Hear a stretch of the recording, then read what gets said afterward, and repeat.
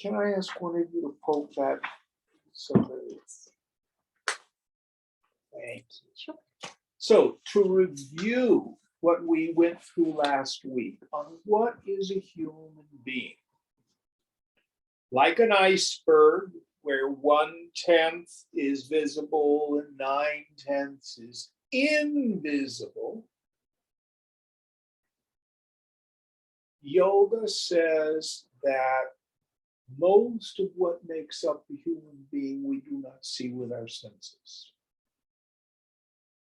We had an introduction to two terms, gross and subtle. Gross means a denser vibration. Low notes on the piano are grosser than the high notes. Ice is grosser than water. Water is grosser than steam. Steam is subtler than water. Water is subtler than ice. So the densest or grossest vibration of us is the physical body, called the stula sharira. Sharira means body, stula means gross. The meat lump. That's what it is.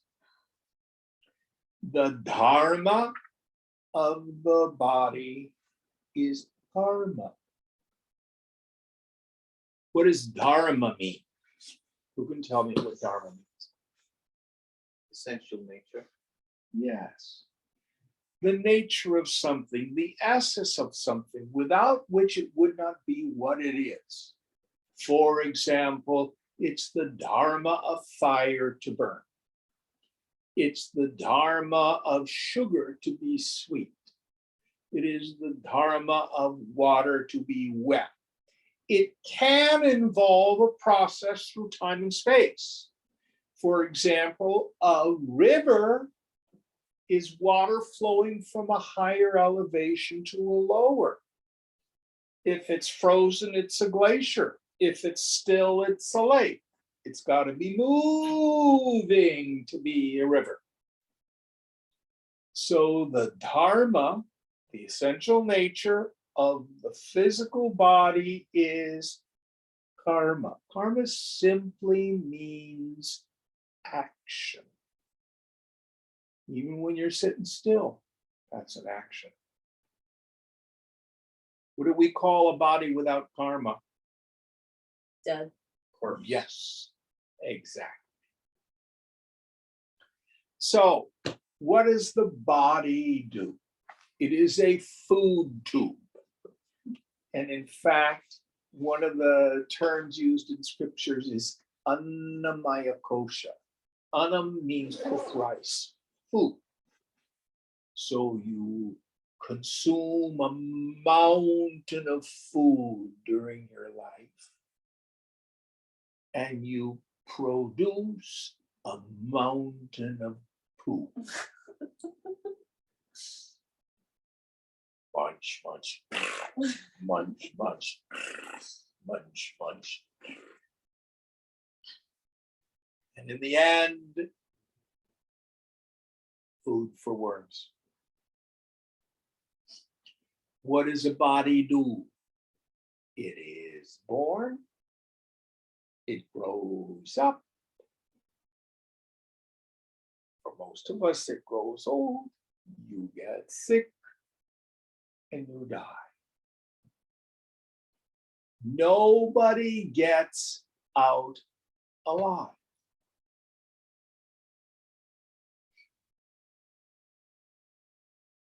I had a student who had been reading some books on the great Himalayan yogic masters who do all these various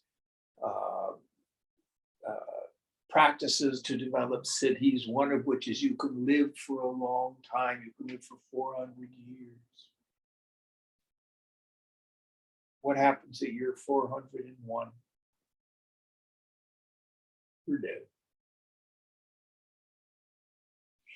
Those of us who are Christian, what happens in the story of Jesus and Lazarus? Mike, you know, you're Franciscan. Lazarus dies and then Jesus brings him back to life. And guess what? He's not living in Berkeley. Poor guy had to die twice. Hmm. Think.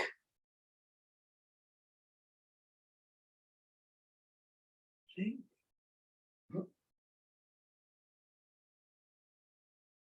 All bodies have a beginning.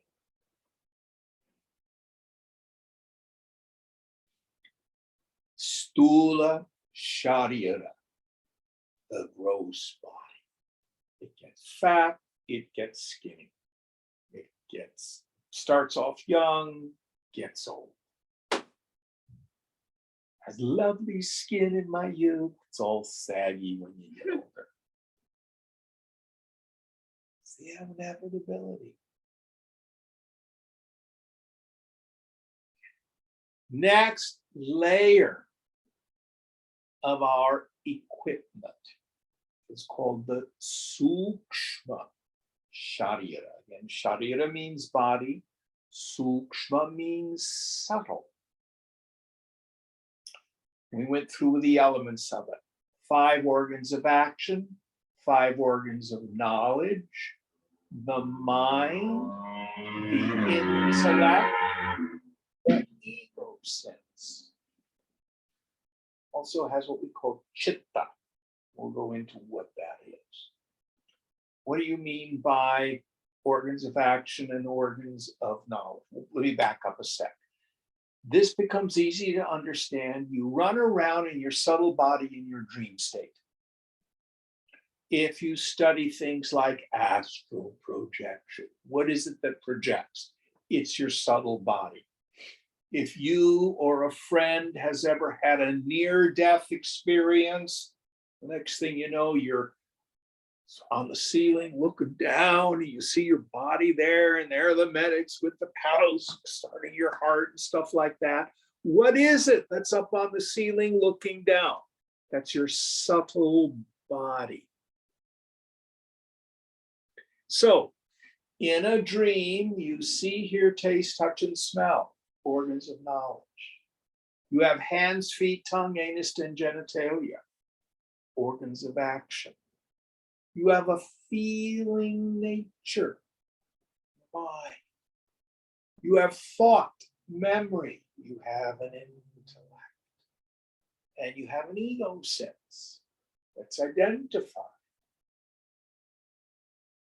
What is reincarnation? So impelled by the force of the past, the subtle body accrues to it impressions. And then based on those impressions, it is impelled into a physical body. So the physical body is a vehicle for the garnering of experience. And when that karma is done, it drops off. Subtle body goes to what we call one of the lokas. Loka means world or people. So it's like an intermediate stage. It's a way station. It's like a BART station.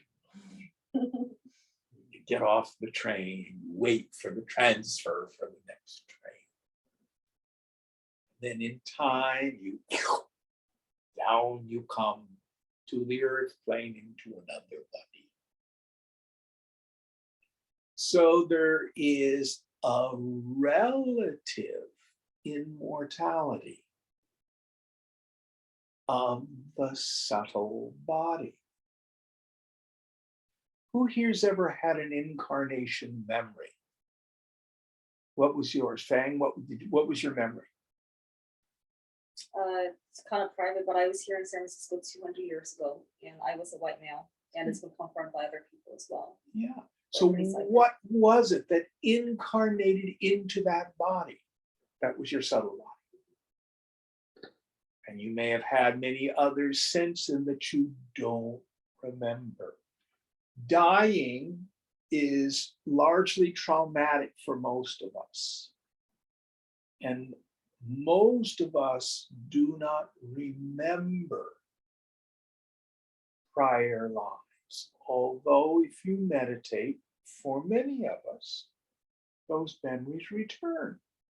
Some of them. You got thousands and thousands and thousands of them. You go to a psychic, they'll tell you what they are. It's so funny. The psychic, you were princess this, or you were lord that.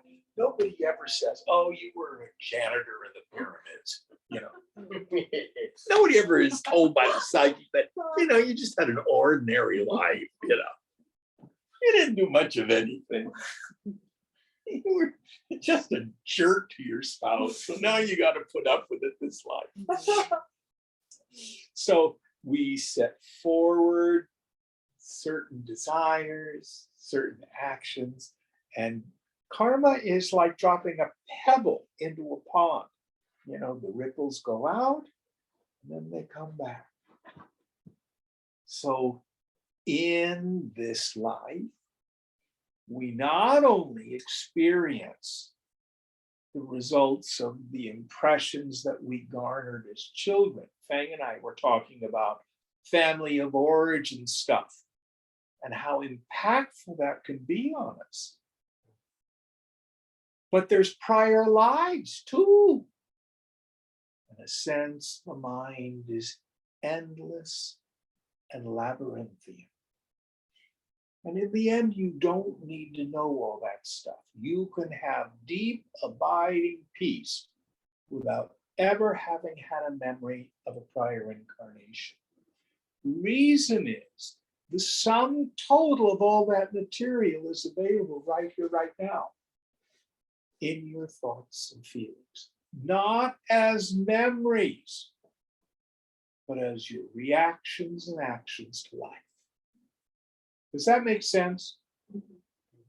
Ooh, I just saw a moth go that way. Now, at the core of our being is the self, capital S, Paramatma, supreme self. It is birthless, changeless, and deathless. It does not, as it were, incarnate. Let's draw a real live example that will kind of illustrate this. So if you have a dream, the elements of a dream are this. You have a dream body, and from that dream body, it becomes what I call a locus of perception. You peep out of that dream body at the dream world, which has people, places, things, and conditions in it. And inside you have reactions, feelings, and thoughts, etc. Isn't that your experience of the dream? Do you incarnate into a dream? Are you in the dream, or is the dream in you? Well, it feels like I'm in the dream, Jim. Yes, it does. But you don't leave your bed at night and go off someplace.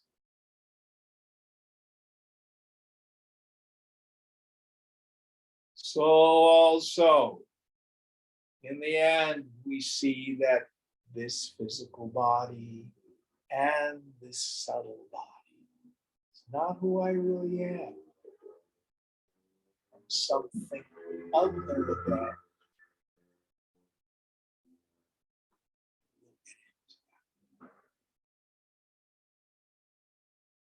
So we started with the teaching in verse 11. You grieve for whom you should not grieve, though you speak words of wisdom. The wise grieve neither for the living nor the dead. Neither for the living nor for the dead. Now, what does that mean for you and me? Oh, I have such a terrible life. Oh, I lost my job. I broke up with my partner. My 401k has crashed. We have all these things, these losses that we grieve. But if you knew that you were safe,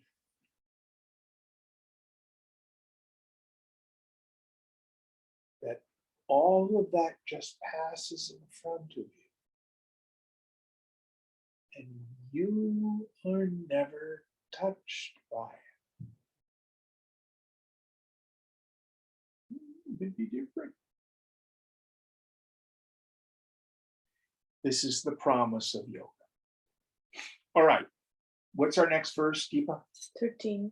All right. Will you help us out, please? Sure.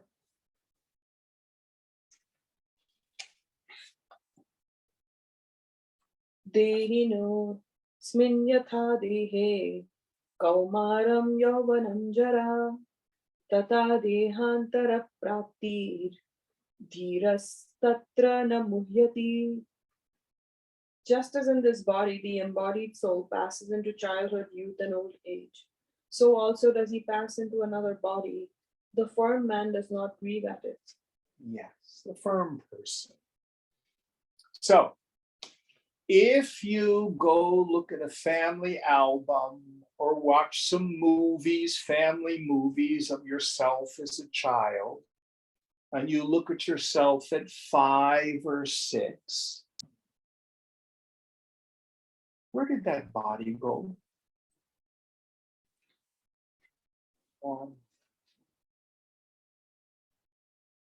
Mark, correct me if I'm wrong, but I have been told that we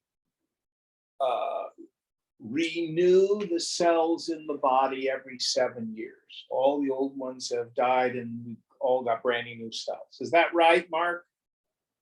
Yeah, that's what they say. Yeah. So I'll tell you where that body of the 6-year-old went. Down the toilet and down the drain. Literally. It died. Now, are most of you over 21? Mhm. That's at least 3 deaths and 3 new bodies. Think. Yet not for a moment have you ceased to be. And all the environments have changed. The home you lived in as a child, where you went to school, playground, playmates, gone. Maybe as you became a teenager,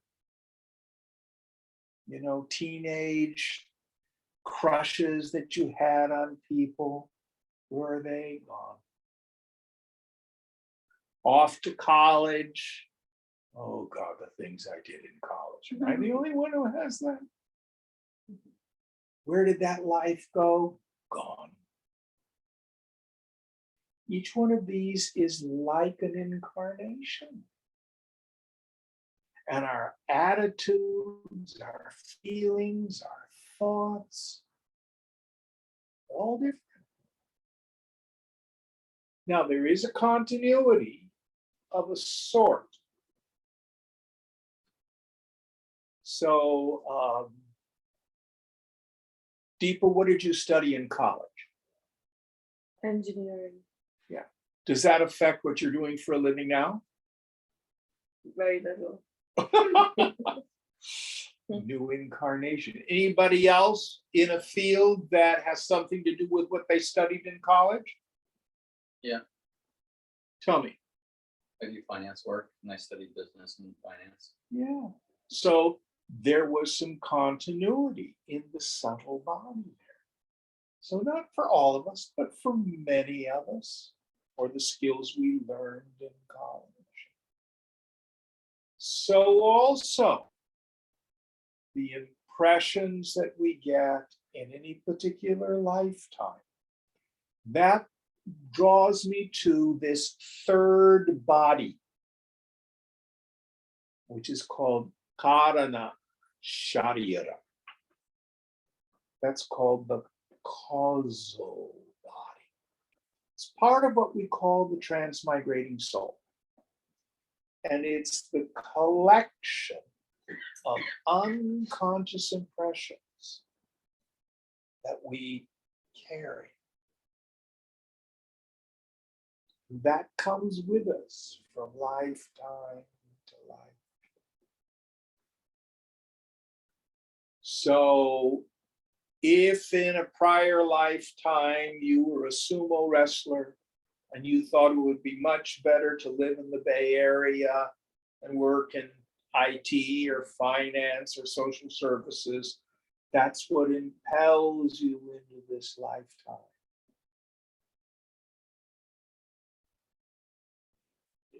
Now you just all of a sudden say, oh, it would be so much better if I'd been a Russian ballerina.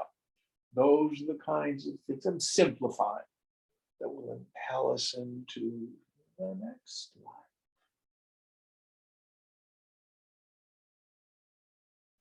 And it can also be things where we were unconscious and we want to experience the other side of things. So if you were, let's say, unconscious and dismissive of a spouse, in this life, you may get to experience spouses that are unconscious and dismissive. Oh, that's what it's like. So it's not just to have fun. We also learn this stuff. But nothing in our lives comes to us by accident. It's all the force of the past maturing. Now listen very carefully. Karma does not mean punishment. Oh, why am I having such a hard time? I must have done something terrible in another life. No. That's not what it's about. There's no God out there punishing us for anything. We are not punished for our sins, but we are certainly punished by them. So, Mike, you work in social services. Have you worked with people who are struggling with addiction and alcoholism? Yes. Okay. And their lives frequently are trashed. They're living on the street. Their health is wrecked and their mental health is a mess. Yes. They're not being punished for their sin. I don't know if I even want to use it, the word sin. But if you do a lot of drugs and drink a lot of alcohol and don't treat your mental illness, guess what happens? Your life looks like a wreck.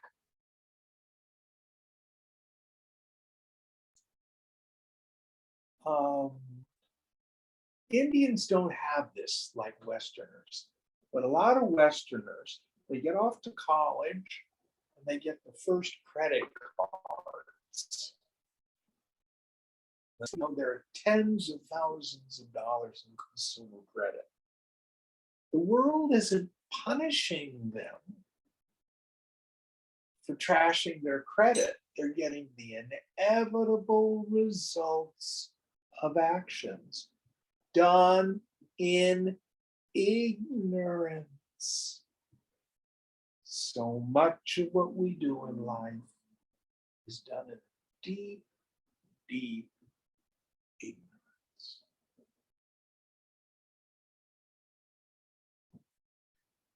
So, here what Krishna is saying is just like you go through childhood, adulthood, old age, so also you go through this embodiment, pop out of it when you die, you drop into another experience, another body, pop out of it.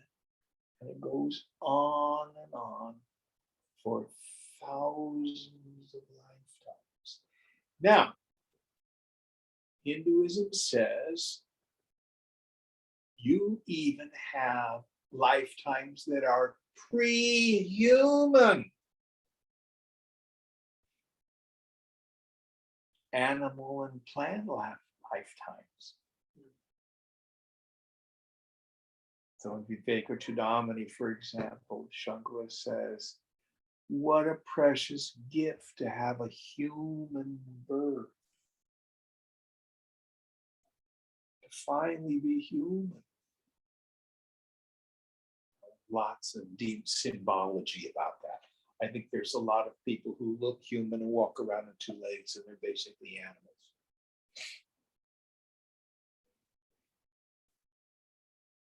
Jim, question, does this incarnation also apply to animals, or is it, Yes. okay? The Every idea is life that form. all- So there's forms are an evolution of consciousness as well as an evolution of species. That's why one of the things that we want to do as yogis is respect life in all its forms, because it's all sacred. It's all sacred. To sum up the meaning of this verse, even if you have a relative, and they may not be particularly spiritual, and they certainly aren't enlightened, where do they go when they die?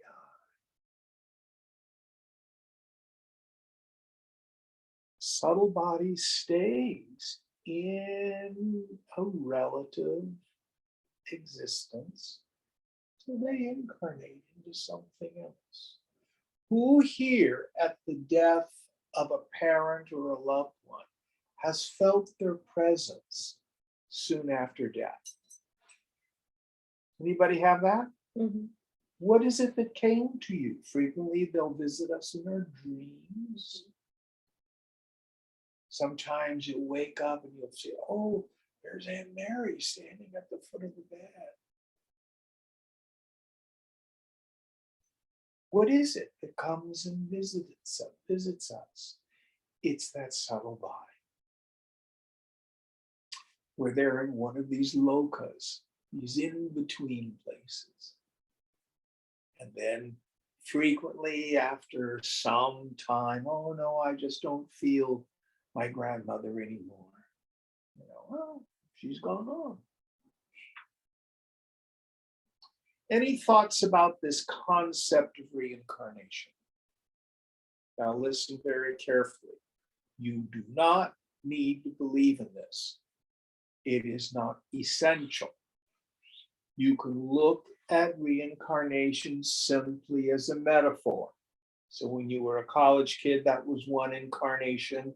When you then moved to the Bay Area, you got a job in tech, that's another incarnation. You can look at it as a metaphor for the certain situations in this particular life. You do not need to believe in the doctrine of reincarnation. But it's there in much of religious thought around the world, but most specifically in Buddhist and Hindu thought. Any thoughts or questions on this? One of the things I've always found interesting in the Christian scriptures in the New Testament, at the Transfiguration, so Jesus goes up on this hill to pray, and who shows up next to him out of nowhere? Abraham? Moses? Moses and Elijah. So there was some subtle body essence of them still hanging around. Jesus asks the disciples, who do men say that I am? And some of the answers, some say you are Elijah come back or Moses come back. It's Peter who says you are the Messiah. So this idea of reincarnation was certainly there in the ancient world, in Palestine as well. Doesn't last when Christianity gets codified as a state religion, but it was certainly around. Any thoughts on this? Next verse.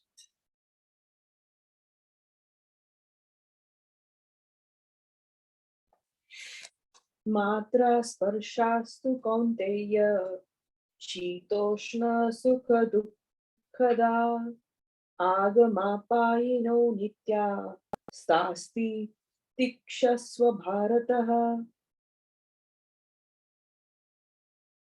The contacts of senses with objects, O son of Kunti, which cause heat and cold, pleasure and pain, have a beginning and an end. They are impermanent. Endure them bravely, O descendant of Bharata. So now he's going to shift out of just simply the teaching about reincarnation. And he's going to expand this notion of impermanence to other aspects of our lives. So we have the contact of the sense organs with the sense objects. Everything in my life that I find pleasurable or afflicting, that information comes to me through my senses. Who had something really good happen to them this week? Well, this is down. What, Mike? New apartment. All of that information, the sense of touch, the sound, the sight, all of it comes to us through sensory data. Who had a crappy day this week? If you did, that data came to you through your senses. Then the mind evaluates it. When the situation is conducive, I experience sukham, happiness. When the situation is non-conducive, dukkha, suffering. Now, what we like and dislike varies enormously from person to person. Some people like coffee, other people, oh, I can't do coffee. Some people eat meat, I love meat. Other people, oh no, I'm a vegetarian. Stuff makes me sick. Who we are attracted to sexually. Oh, I think that person's so hot. Your friend says, that person?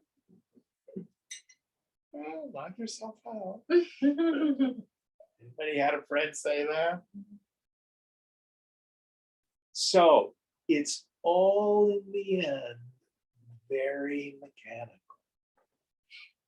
What we have in our minds is like a card file. And in each one of these index cards, there's a cutout. So you see someone and you pull attractive person card out. Ooh, they're tall. Oh, I like that. Ooh, they have a fit body. I like that. Oh, no chin. Oh, I don't like that. Reject.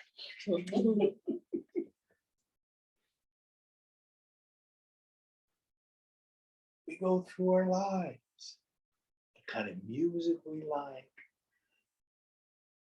certain people, And basically, what the mind prefers is the familiar. Frequently prefer the familiar to the good. So, for example, in the field of recovery, the statistics are, if you are the child of an alcoholic or an addict, you have a 50% chance, listen carefully, of becoming one or marrying one. Why would someone who comes from an alcoholic home marry an alcoholic? Because it's familiar.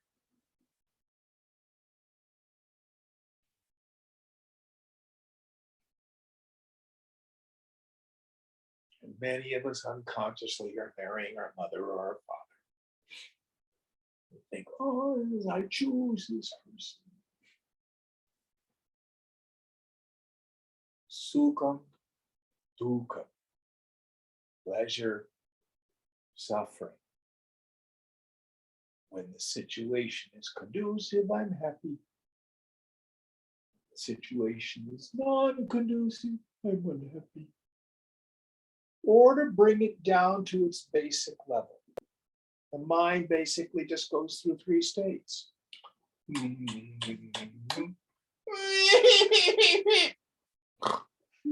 it hasn't changed since you were a week old. Just what you suckle on and what makes you frustrated and angry. And then the rest of the time you're unconscious. It really hasn't changed. Don't believe me. Look at your life. Now, one of the things the ignorant mind does is it has this absolutely crazy idea that things are going to last.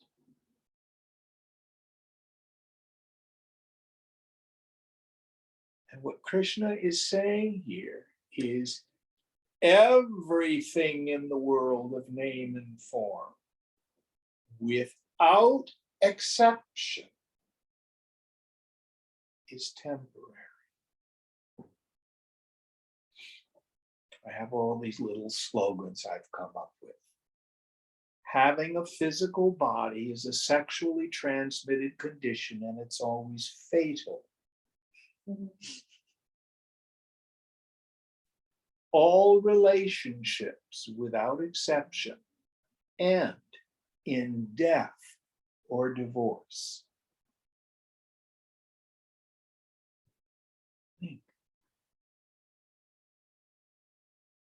Do you want a really hot young lover? Or do you want a long-term relationship? Those are mutually exclusive. Think. Oh, I met this boy, I met this girl, they're so hot. Oh, yeah.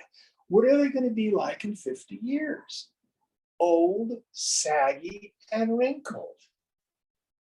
That's who you're going to end up with if it's a long-term relationship. Think. And they're going to die, unless you die first.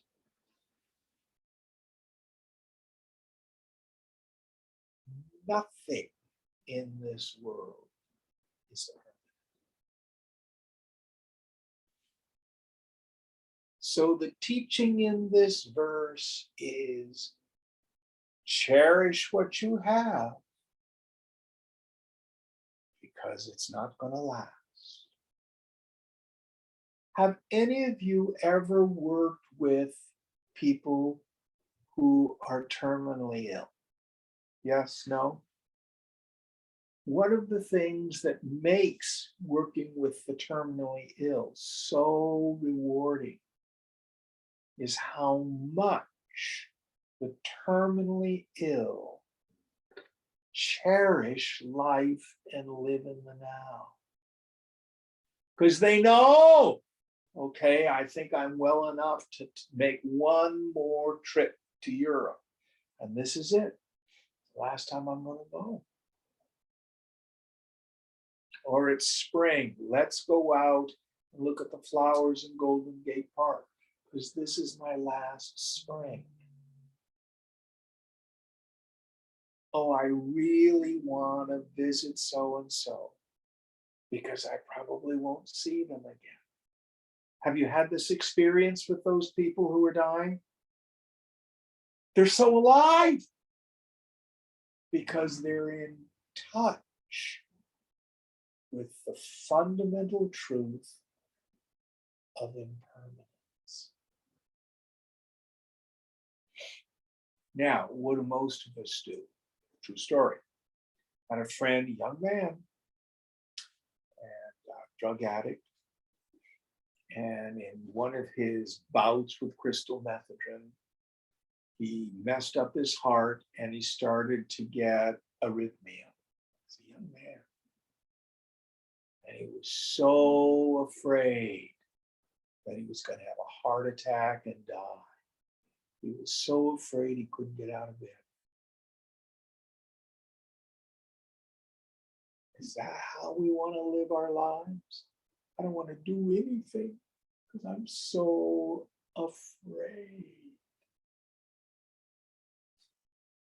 That's not living. It's not living at all.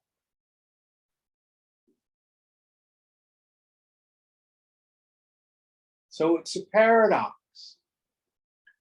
When we embrace and truly internalize the fundamental impermanence of everything, and we can let go of our attachments,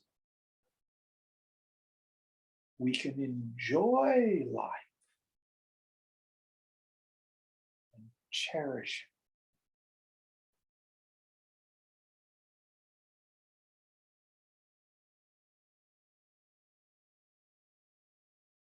So, oh, I'm so afraid to go on a date with this person. You know, I'm afraid I'm going to say the wrong thing and they're going to run. You know, I'm afraid of that. I can't even go. It just makes me too anxious to think about it. Who's going through that kind of nonsense? Go. And if you make a mistake, so what?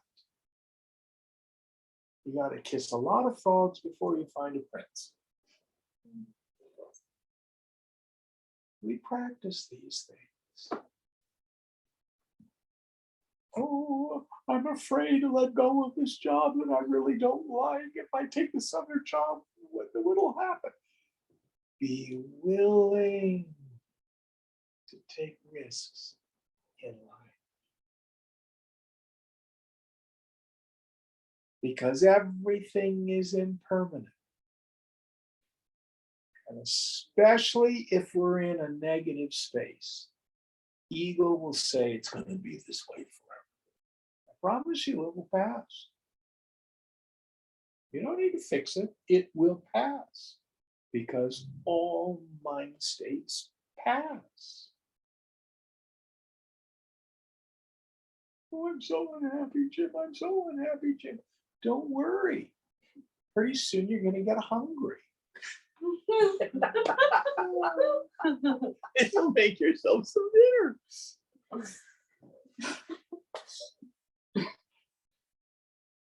It will pass. Oh, Jim, I just met the most wonderful person. I'm so happy. I think this is the real one for me, my soulmate. Don't worry, it will pass. But cherish it, knowing it will pass. Let me give you a very clear worldly example. Who here loves to watch a beautiful sunset? No one grieves the loss of the sun. Why? Because you know sunset lasts 10, 15 minutes, maybe 20. It's over.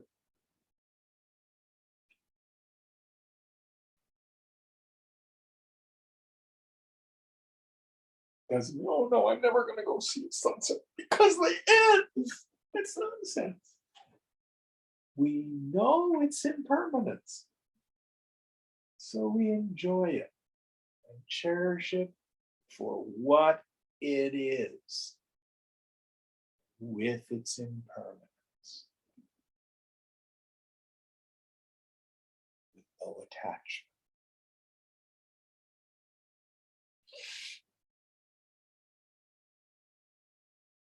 Now, those of you who've done long meditation retreats, you get direct experience. You go on, I say, a Vipassana retreat, and pain happens someplace in your body. What do they tell you to do if pain happens in your body? Observe it.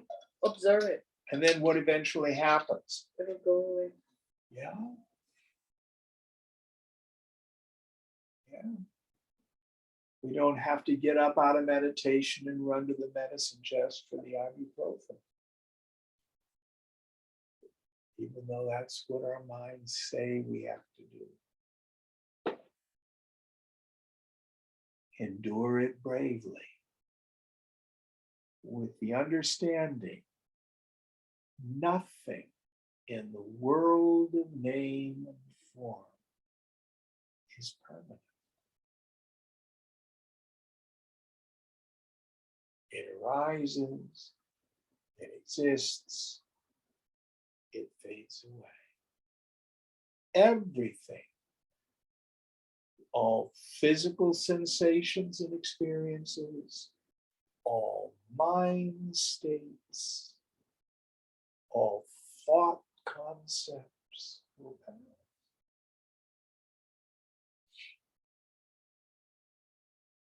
So it's incredibly important for us to meditate on the truth of impermanence. Anitya. Nitya means eternal. Anitya means non-eternal. Now, there is something that does not pass away. That's you. All your experiences change, but you, the conscious being who's the witness of them, is an eternal factor. Next verse, Jim, can I ask a question? please. So this past week, or I've been coming to Vedanta classes since 2018, and the language has helped me counter the negative language, right? If it's a difficult situation, then oftentimes when you're detached enough or you meditate enough, then you can counter your own mind Yes, with these thoughts. And that's generally the lived practice, right? that's called jnana abhyasa. Abhyasa means practice. This is the practice of knowledge. So, but then, in the past week, I've had a very stressful week and my anxiety has been just mounting high and high. And then it's funny, I've been observing my mind alongside and I try to remember my Vedanta, and I'm finding that the more the anxiety goes up, the recall of Vedanta goes down.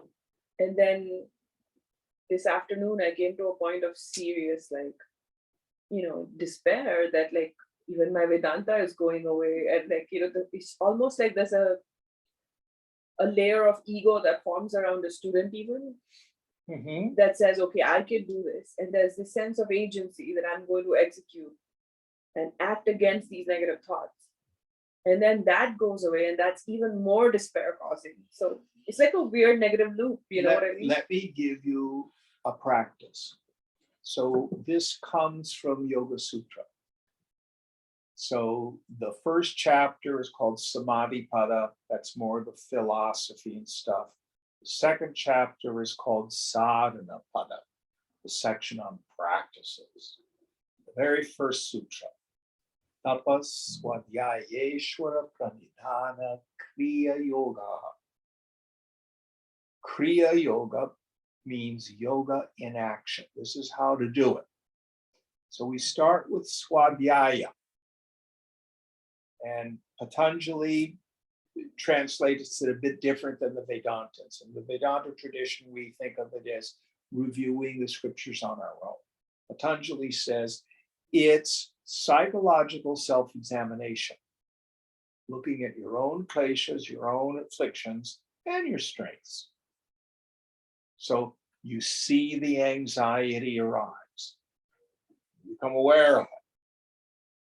Then tapas, you do your best to replace the negative thinking with truth. But what you will probably experience is spiritual impotency. Yes, that's a great term for it. Yes. Anybody else? So then he says, Ishvara Pranidhana, trustful surrender to God.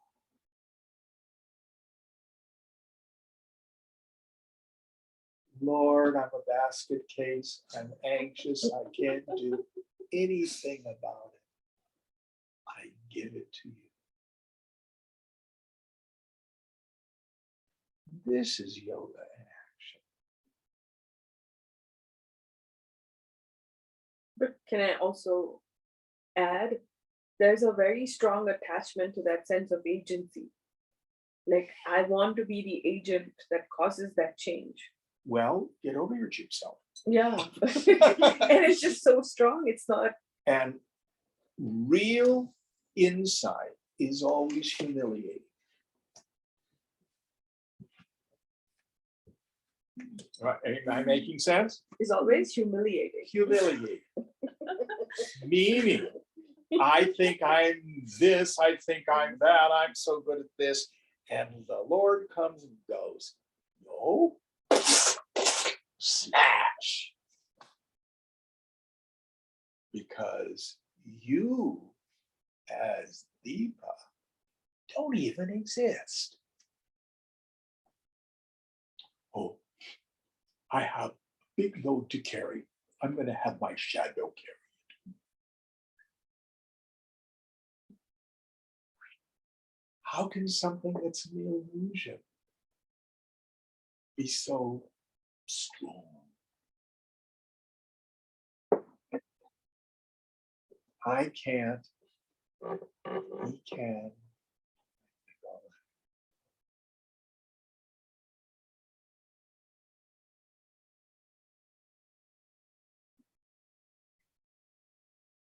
It's an incredibly useful and powerful practice. Another one. Rather than trying to solve our own problems, turn them over to God.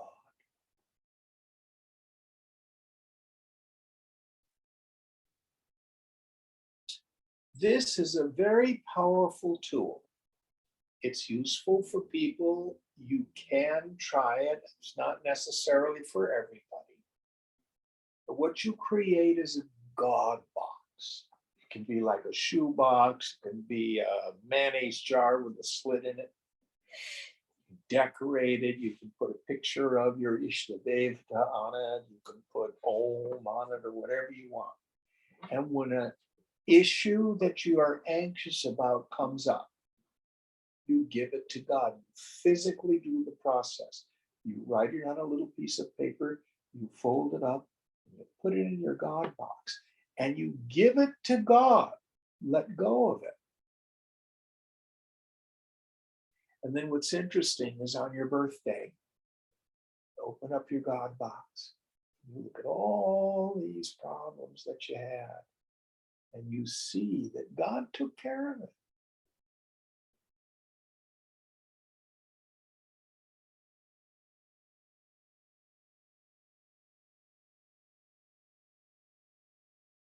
trying to be spiritually butch doesn't work.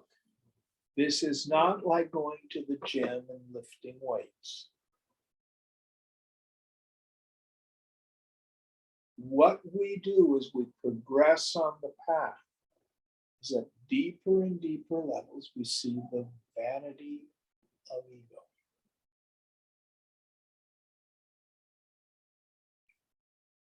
Now, again, this is something Mike may have covered in his theology stuff. So in Greek, which is the language of the New Testament, the word for sin is amartia. Can you tell us what it means, Mike? Well, I don't know Greek, but what I'm thinking when you talk about sin is missing the mark. Well, even better, falling short of the mark. So it's an archery term. So you got to see the archers here. Here's the target. It's not like they string the arrow and it goes, arrow. It goes, all right, I'm going to hit that arrow, that target.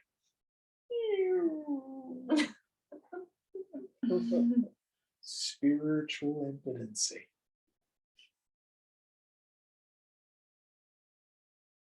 So what do we need to do? Understand our powerlessness and avail ourselves of a power greater than the ego. The ego's so little. Stupid and fearful and repetitive. Let go and let go.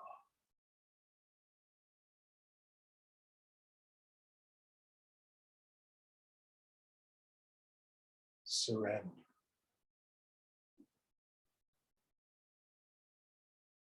One of my favorite bhajans that I learned early on.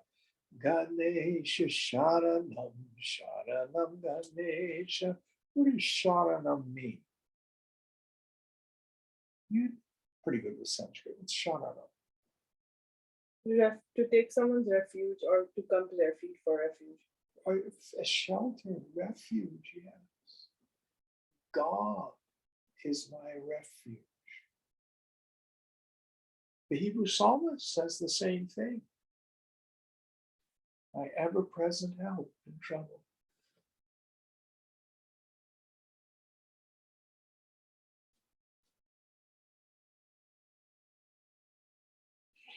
Now, Saint Augustine, one of my favorite saints, said we pray like it all depends on God. But we work like it all depends on us. Unfortunately, God doesn't mop kitchen floors. That I have to do myself. It means I have action that I have to take. But I give it to God and then I'm impelled into intelligent action by Mother Shakti.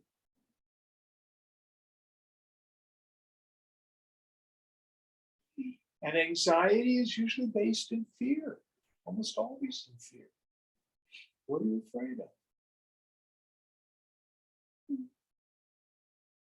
And one of these little slogans I like, FEAR, false evidence appearing real.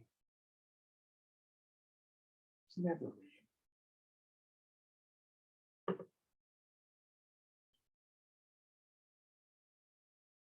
Now, as a rule, this is your basic rule in spiritual practice. The grosser the mind, the more agitated it is, the more meditative supports we want to use. And we don't let philosophical inconsistency get in the way of getting help. The Vedanta, there is no God out there. It's all the mind abiding in the self. It's unreal. If your mind is very soft, it'll work. But if you're really triggered, oh God, help me, I perish. Hang on to the feet of the Lord.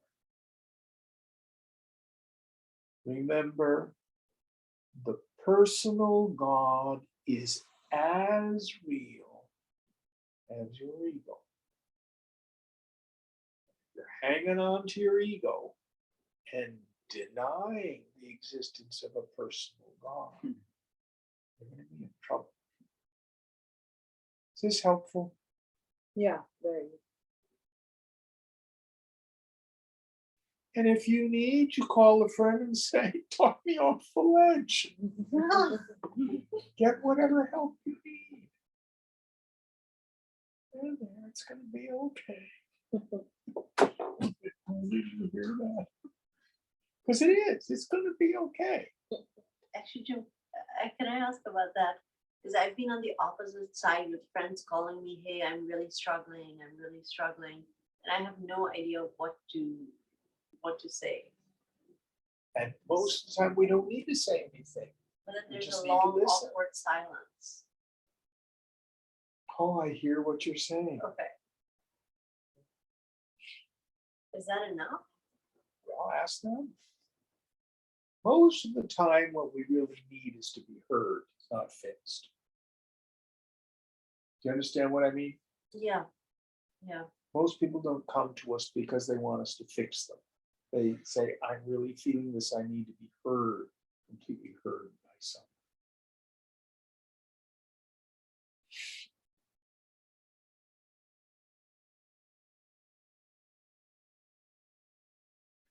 But we can talk more on this offline. We can spend a lot of time on that. Okay, what number are we on? 15. Okay, next one. Very good question. Yam hina vyatayantyete purusham purusharshabha samadukha sukham dhiram soma mrittatvaya kalpate. That firm man to whom surely these afflict not. O chief among men. That for men who what? That firm man to whom surely these afflict not. Afflict not. Okay. O chief among men, to whom pleasure and pain are the same, is fit for realizing the immortality of the soul. Yes. So the precondition for the subtle flights of meditation is this sama drishta. Sama means same, drishta means vision. So we need to be able to learn to step back and accept life on life's terms. We will have no peace till we do. Watch your mind. Understand the mechanical nature of the mind's responses. When the situation is conducive, the mind is happy, sukham. He calls it pleasure. When the mind is unhappy, it's dukkha, suffering. He calls it pain. I would use the word suffering. Really think of pain as physical. And it's just mechanical. So we want to learn to let the experiences of life just pass through us, pass over us. With this understanding of the fundamental impermanence of all phenomena. And getting in touch with this part of us. It's always okay. Now, very important axiom.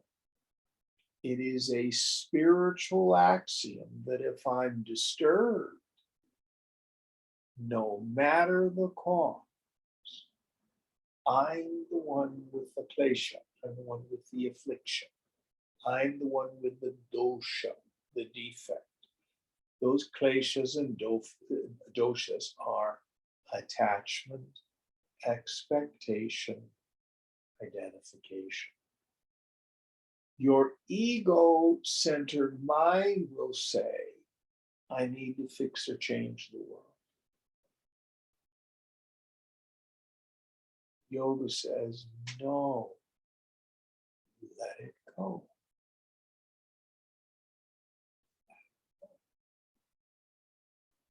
All going to work out.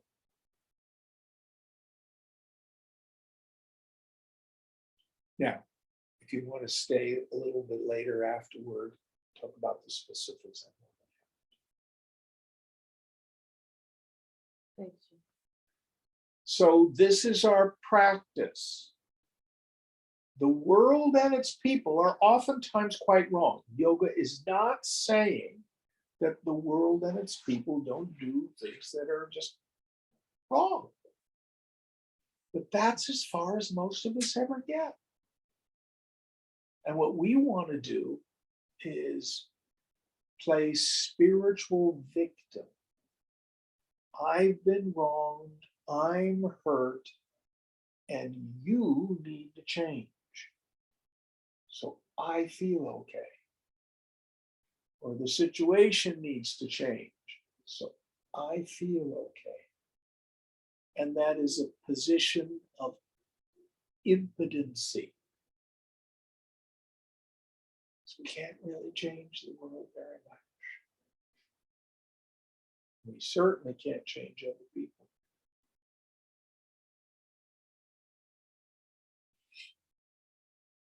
What's the slogan? You can't teach a pig to sing. It doesn't work and it annoys the pig. Mm.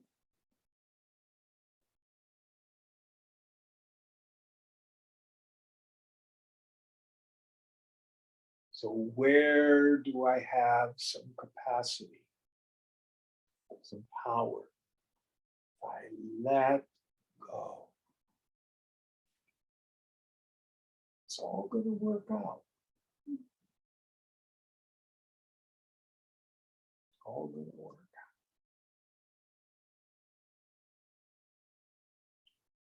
Very important teaching. This learning to practice vairagya, this non-attachment, this letting go, this radical acceptance of life on life's terms, this deep trust. The universe is unfolding as it's supposed to. This is just one of the little tricks I do in my mind. I just have to go in there and look at my desk and look at the hutch that's next to my desk, and I see what a mess it is. So if I were in charge of the universe, it'd all be that way. I'm just so glad I'm not in charge. Rather let God do it. God's smart. And the illusory idea that getting what I want is what's going to make me happy. That's the idea we need to let